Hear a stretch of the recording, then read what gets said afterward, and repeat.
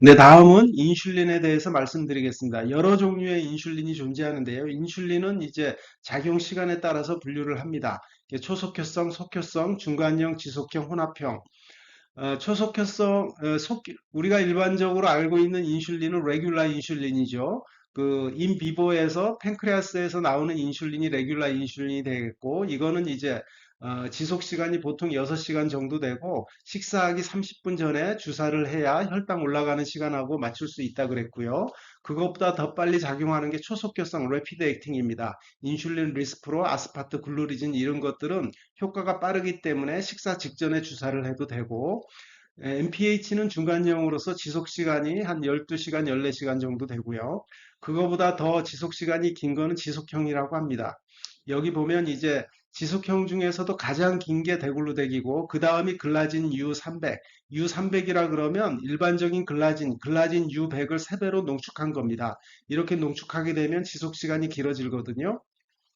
그 다음이 글라진 U100이 되겠고요. 그리고 이제 디터미어는 이제 데글루덱 글라진보다는 조금 이제 작용 시간이 짧은 것으로 돼 있고, 이렇게 작용 시간이 긴 인슐린들은 이제 기저 인슐린으로 많이 쓰게 되죠. 그리고 혼합형 인슐린은 이제 초속효성과 중간형 또는 속효성과 중간형을 섞은 것으로 이제 주사에는 편리함이 있지만 정밀한 인슐린 조정은 좀 힘들다라고 볼 수 있습니다. 정상인에서 인슐린 분비는 밥을 먹지 않아도 나오는 기저 인슐린 분비가 있고 밥 먹을 때 일시적으로 나오는 식후 인슐린 분비가 있습니다. 일반적으로 3번 밥을 먹기 때문에 식후 인슐린 분비는 이렇게 커브가 3번 그려지죠. 그렇지만 뭐 4번, 5번 먹으면 피크가 4, 5번 그려질 수도 있고요. 전반적으로 기저 인슐린 분비는 총 인슐린 분비의 약 반을 차지하고 나머지 반이 이제 식후 인슐린 분비라고 알려져 있습니다.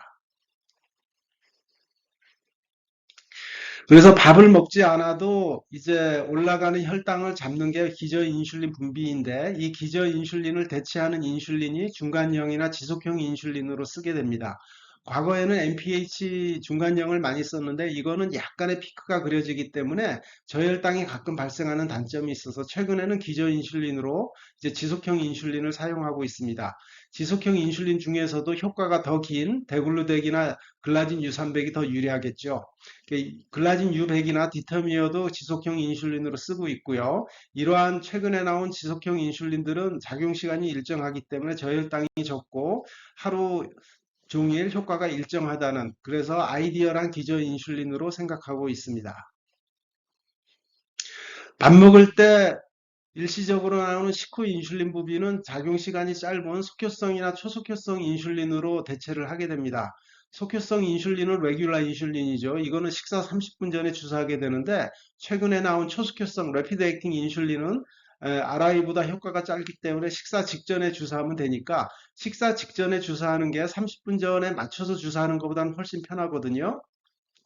그리고 이제 레피드 액팅은 작용 시간이 짧아서 식사 후에 혈당이 올라가는 시간하고 약 작용 시간을 일치시키기가 편해서 저혈당이 적고, 그래서 식전 인슐린으로 속효성보다는 초속효성 인슐린이 장점이 더 많습니다. 그래서 이러한 정상적인 인슐린 분비를 대체하려면 기저 인슐린 분비도 대체해야 되고 식후 인슐린 분비도 대체해야 되죠. 그렇게 아이디어란 이제 정상 인슐린 대체 방법이 바로 베잘 볼루스 레지멘이 되겠습니다. 이거는 지속형 인슐린을 한 번 주사해서 기저 인슐린을 대체하고 초속효성이나 속효성 인슐린을 밥 먹기 전마다 하루 3번 주사함으로써 식후 인슐린 분비를 대체하게 됩니다. 지속형 인슐린은 작용 시간이 짧으면 취침 전에 주사해야 되는데 최근에 작용 시간이 긴 데글루덱이나 글라진 U300은 아침에 투여해도 문제가 없습니다. 이게 이제 과학적인 방법이고 정밀하게 혈당을 조절할 수 있는 방법이 되겠습니다. 그런데 아무래도 이제 식사 전마다 또 기저인슐린을 하루 한 번 추가 주사가 돼야 되고 여러 번 찌르게 되니까 환자들이 불편해하죠. 그래서 환자들의 불편함을 주려고 나온 게 혼합형 인슐린이고 이거는 하루에 2번만 주사하게 됩니다. 이 안에는 중간형하고 속효성 또는 초속효성이 섞여 있는데요. 그 초속효성하고 중간형의 비율이 뭐 3대 7인 경우도 있고 25에 85인 경우도 있는데 이거는 이제 아침하고 저녁 식전에만 맞게 됩니다. 점심 식전에는 맞지 않고, 그래서 아침에 혼합형 인슐린을 맞았는데 점심을 굶게 되면 오후에 저혈당이 올 수 있죠. 그래서 저혈당이 좀 다른 베잘볼스 레지멘보다 흔하고 혈당을 정밀하게 조정하기가 힘든 그런 단점이 있습니다. 그렇지만 하루 세 번, 네 번 주사를 못하는 환자들은 혼합형을 쓰는 경우도 많습니다. 네, 기저 인슐린과 초속효성 인슐린, 혼합형 인슐린 투여하는 인슐린 레지멘에는 몇 가지 방법이 있는데, 첫 번째 기저 인슐린 요법은 이제 지속형을 하루 한 번 투여하고 경구혈당 강화제하고 같이 쓰는 방법입니다. 인슐린은 지속형만 들어가기 때문에 저혈당이 적고 하루에 한 번만 주사하면 돼서 편하긴 하지만 이제 아무래도 그 식후 고혈당을 잡는 효과는 좀 떨어지고요. 그리고 환자의 인슐린 분비능이 어느 정도 있어야 혈당 조절이 가능합니다. 혼합형 인슐린은 말씀하신 대로 두 번만 주사하면 돼서 편하긴 하지만 저혈당이 흔하고 정밀한 조정이 곤란하고요. 그리고 이제 베젤 플러스는 우리가 전통적으로 시행하는 베젤 플러스는 지속형 한 번에 초속효성을 세 번 주는 거잖아요. 근데 베젤 플러스는 초속효성을 세 번 다 주긴 불편해서 초속효성을 한 번이나 두 번이나 두 번만 주는 방법입니다. 그래서 베잘 볼루스보다 편하긴 하지만 베잘 볼루스만큼 정밀한 조정은 힘들겠죠. 그래서 베잘 볼루스가 가장 아이디어이긴 한데 기저 인슐린을 하루 한 번 주사하고 식전 인슐린을 세 번 주사해서 총 네 번 이렇게 찔러야 되는 그런 불편함을 감수해야 합니다.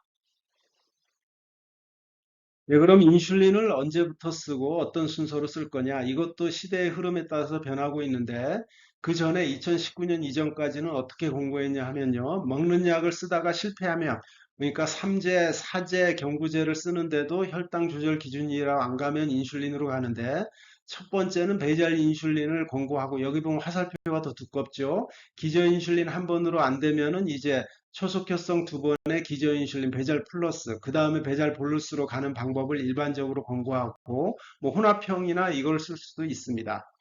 그런데 최근에는 좀 바뀌고 있는데요. 그러니까 최근에는 경구혈당 강화제가 실패해서 주사로 가게 되면 배잘 인슐린이 아니라 주사형 다른 제제인 GLP-1 애고니스트를 먼저 쓰는 것으로. 그래서 같은 주사라도 GLP-1 애고니스트를 인슐린보다 먼저 써라. 왜냐 그러면 GLP-1 인슐린은 저혈당 위험이 없고 그리고 심혈관 질환, 콩팥 보호 효과가 있고 체중도 감소되는 이러한 장점이 있기 때문에 그렇습니다. 그래서 GLP-1 애고니스트로 안 되면 GLP-1에다가 배잘 인슐린을 추가해서 쓰고요. 그래도 안 되면 그 다음에 이제 배잘 볼루스로 가는 그래서 요새는 주사제도 인슐린보다 GLP-1 애고니스트를 이제 더 권고하고 있는 그런 상황입니다. 예, 지금까지 각 약제들의 장단점과 최근에 이제 그 가이드라인, 약 처방 순서에 대해서 말씀드렸는데, 그럼 이렇게 배운 대로 쓰면 되느냐? 실제는 그렇지 않습니다. 왜냐하면은 실제는 이제 건강보험 급여가 있기 때문에 급여가 안 되면 환자들이 더 많은 돈을 내야 되니까 그 환자들이 이제 부담이 되거든요. 그래서 가능하면 이제 급여가 되는 범위 안에서 처방을 하게 되니까 이제 반드시 그 복지부 건강보험심사평가원의 급여 기준을 잘 알아야 됩니다. 보통 일반적으로 급여 기준은 가이드라인하고 일치하긴 하는데 이제 틀린 부분도 많이 있습니다. 그래서 그 처음에는 이제 메폴민을 써야 되는 것으로 돼 있고요. 그 과거의 지침하고 동일한 내용이죠. 그러니까 최근에 가이드라인 내용대로 처음부터 SGLT 이니비터를 쓰겠다. 메폴민 쓰기 전에 그러면 급여가 안 된다는 겁니다. 그래서 처음에는 메폴민을 써야 되고 그렇게 해서 평균 3개월 치료했는데 이제 혈당이 높다라는 거는 일반적인 당화혈색소 조절 기준치 7% 이하가 되지 않는다. 그러면은 다음에 하나를 추가할 수 있다라는 게 심평원 급여 기준입니다. 네, 그러면은 약을 추가할 때 어떤 약을 추가해야 급여를 받을 수 있냐. 이게 다 이제 내용이 틀립니다. 뭐 계열만 다르면 다 인정이 되는 게 아니고요. 이 표에 보면 인정이라고 써 있는 이러한 조합만 인정을 해주고 있기 때문에 이거를 알고 계셔야 됩니다. 특이할 만한 점은 SGLT2 이니비터는 같은 계열인데도 불구하고 다파글리플로즈는 설포닐유리하고 인정이 되지만 다른 SGLT2 이니비터는 인정이 되지 않는 그런 같은 계열 안에서도 다른 경우도 있습니다. 자, 그리고 이제 이게 처음에는 메폴민 하나밖에 쓸 수 없는데 처음에 당화혈색소가 7.5% 이상으로 많이 높다 그러면 처음부터 두 가지를 써도 됩니다. 두 가지 쓸 때는 메폴민에다가 하나를 추가하는 형식을 해야 되고요. 왜 7.5% 이상에서는 두 가지를 인정을 해주냐 그러면 보통 당뇨약 하나는 당화혈색소 1% 정도를 내리거든요. 근데 초기 당뇨병 환자는 조절 기준이 6.5% 이하죠. 그러니까 약 하나만으로는 조절 기준 6.5% 이하로 어차피 못 갈 거기 때문에 7.5% 이상에서는 1% 이상 내릴 수 있는 두 가지를 쓰는 걸 인정을 해주는 겁니다. 그리고 이제 두 가지를 쓰는데도 계속 당화혈색소가 높다 그러면 그 다음에 세 번째 약을 추가할 수도 있는데 이때도 그 인정이 되는 조합으로 구성이 돼야 됩니다. 자, 그러니까 세 가지 약이면은 이 조합이 세 개가 나오겠죠. 이 조합이 다 아까 그 테이블에 인정에 속해 있어야 다 급여를 받을 수 있습니다. 인정의 표시가 안 되면은 이제 본인이 약 부담을 해야 되고요. 자, 그리고 인슐린을 쓰는 경우에는 경구혈당 강화제를 두 가지만 인정을 해줍니다. 이게 세 가지를 쓰게 되면 하나는 자기가 본인이 100% 부담을 해야 되고 두 가지만 이제 경구약제 두 가지만 급여 혜택을 받을 수가 있다라는 거죠. 최근에 GLP-1 애고니스트가 혈당 강화 효과도 좋고 체중도 내리고 심혈관 질환 보호 효과도 있기 때문에 많이 쓰라고 권고하고 있는데 여기에 대한 급여 조건은 더 까다롭습니다. GLP-1 리셉터 애고니스트를 쓰게 되는 경우 같이 쓸 수 있는 경구 제제는 메폴민, 설포닐 유레아밖에 인정이 안 되고요. 그리고 메잘 인슐린과 GLP-1 애고니스트를 쓰는 경우에 먹는 약을 같이 쓸 수도 있는데 이 경우는 메폴민 하나만 인정을 해주기 때문에 이제 메폴민만 쓰든지 아니면은 이제 두 개나 세 개를 쓸 경우에는 이제 환자가 부담을 해야 되죠. 그래서 GLP-1 애고니스트는 쓰고 싶어도 급여의 제한이 많은 게 현실입니다. 자, 그런데 최근 이제 3, 4개월 전에 급여가 대폭 풀렸습니다. 그래서 이제 그 전에 인정되지 않던 SGLT2 이니비터, DPP4 이니비터의 이 조합이 인정이 되고요. 그리고 SGLT2 이니비터, TGD와의 조합도 인정이 됩니다. 단 메폴민을 같이 포함한 3제에서. 그래서 그전에는 이제 하나는 보험 100%로 처리를 해야 됐었던 메폴민 SGLT2 이니비터, DPP4 이니비터, 그리고 메폴민 SGLT2 이니비터, TGD를 이제 세 가지를 다 이제 급여를 해주는 거죠. 그리고 또 하나는 과거에는 SGLT 이니비터 그 계열 안에서도 SU하고 조합하는 경우 다파하고만 인정이 되는데 이제는 다른 계열의 SGLT2도 이제 SU하고 인정이 되는 이렇게 이제 주로 SGLT2 중심으로 급여를 확대를 해서 좀 SGLT 처방하기가 좀 편해졌습니다. 네, 지금까지 각 약물의 특징과 그리고 가이드라인의 변화, 그리고 이제 심평원의 당뇨병 약제 급여 기준에 대해서 설명을 들었습니다. 그러면은 실제 지금 우리가 진료를 보면서 어떻게 환자들한테 처방을 하고 있는지 그러한 이제 여러 부분을 감안해서 실제 처방하는 그런 상황을 설명드리고자 합니다. 이거는 이제 말씀드린 그런 가이드라인이나 급여 기준을 고려해서 제가 나름대로 이제 생각하고 있는 순서인데요. 이거는 개인마다 틀릴 수 있어요. 그래서 이거는 제 개인적인 제안이니까 그 점을 참고해서 들으시기 바랍니다. 가장 먼저 투여할 약은 역시 이제 메폴민입니다.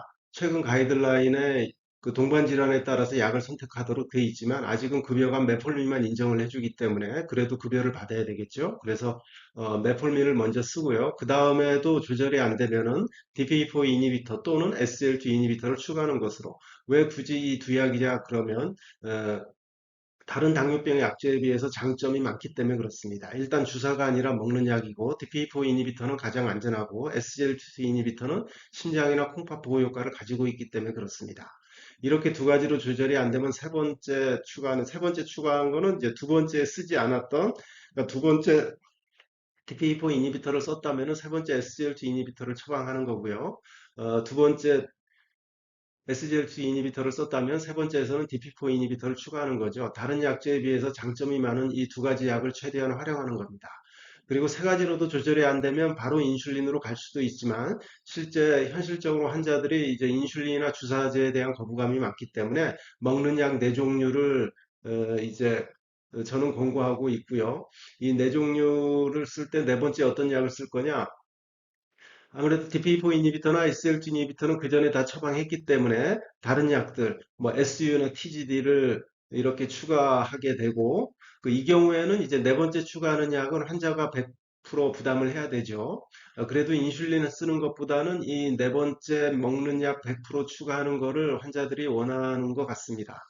자, 그래도 조절이 안 되면 이제는 주사제로 갈 수밖에 없고요. 주사제가 사실 최근에 GLP-1 애고니스트를 공고하고 있지만 사실 우리나라 급여 기준에서는 바로 GLP-1 애고니스트를 쓰기가 힘듭니다. 그래서 베이지알 인슐린을 쓰고 인슐린 쓸 때는 이제 먹는 약이 두 가지는 보험이 되기 때문에 메폴민하고 디피포 이니비터 또는 SGLT 이니비터 중에서 두 가지로 하고 그렇지만 세 번째 약을 추가해 줬을 때 당이 더 떨어지긴 하거든요. 그러니까 기존이 다른 약은 계속 추가를 해주면 혈당이 떨어집니다. 그래서 환자가 부담할 수 있다면 세 번째 약으로 이제 세 번째 약도 추가해서 그거를 보험 100%로 환자한테 부담을 하는 거죠. 그래도 조절이 안 되면 최근에 이형 당뇨병에서 많이 시행하고 있는 기존 인슐린 플러스 GLP-1 애고니스트. 이 경우에는 이제 메폴민 하나만 급여가 되는데 그래서 메폴민을 해주고 나머지 약을 쓸 경우에는 이제 보험 100%로 이렇게 부담을 해야 됩니다. 이 경우 SU를 보험 100% 하는 이유는 이제 글리피자이드라는 이제 나온 지 꽤 좀 오래된 SU가 있는데 상당히 가격이 싸고 세컨 제너레이션이라서 저는 그게 부담이 없어서 보험 100% 약으로 많이 이용하고 있습니다. 자, 그래도 조절이 안 되면 이제 마지막으로는 베잘볼루스 레지멘으로 갈 수밖에 없고요. 이 경우도 이제 먹는 약 두 가지가 보험이 되기 때문에 두 가지를 해주고 세 가지를 할 때는 세 번째는 보험 100%로 환자한테 부담을 시키는 이런 순서로 저는 처방을 하고 있고 그래도 나름대로 좀 합리적인 순서라고 생각을 하고 있습니다. 자, 이형 당뇨병에서 이렇게 순서대로 처방하는 경우가 많은데, 근데 잘 아셔야 될 게, C펩타이드가 낮은 경우, 즉, 인슐린 분비량이 많이 떨어져 있는 경우에는 먹는 약이나 GLP-1 애고니스트가 안 들어요. 바로 처음부터 베잘볼루스 레지멘을 가야 되거든요. 그래서 베다셀 페일리어가 심한 경우에는 바로 베잘볼루스로 가야 됩니다. 베타셀 페일리어가 심한 거를 어떻게 할 수 있느냐, 이 또한 쉽지는 않은데, C펩타이드가 베타셀 기능의 지표죠. 그래서 C펩타이드를 봐서 현저하게 떨어져 있는 경우, 이 기준도 뭐 확실치는 않지만, 그래도 보통 이제 패스팅 C펩타이드가 1 미만, 그리고 자극 C펩타이드가 1.8 미만이면 의미 있게 베타셀 기능이 떨어져 있다고 봅니다. 이 수치를 참고하시면 되겠습니다. 이형당뇨병 치료에서 절대적인 그런 치료 순서를 공고하고 있지 못한 이유가 아직도 이형당뇨병에 대해서 불명확한 부분이 많습니다. 그런데 이제 환자는 많죠. 그래서 불명확한 그 지식에 근거해서 아직은 약을 처방하는 순서고 그래서 절대적인 어떤 뭐 지침이나 약 순서를 제한하기는 좀 곤란한 현실이고요. 여러 가지 감안한 이제 제 개인적인 제안이 될 테니까 이제 많이 참고하시기 바랍니다. 네, 지금까지 경청해 주신 여러분께 감사드립니다.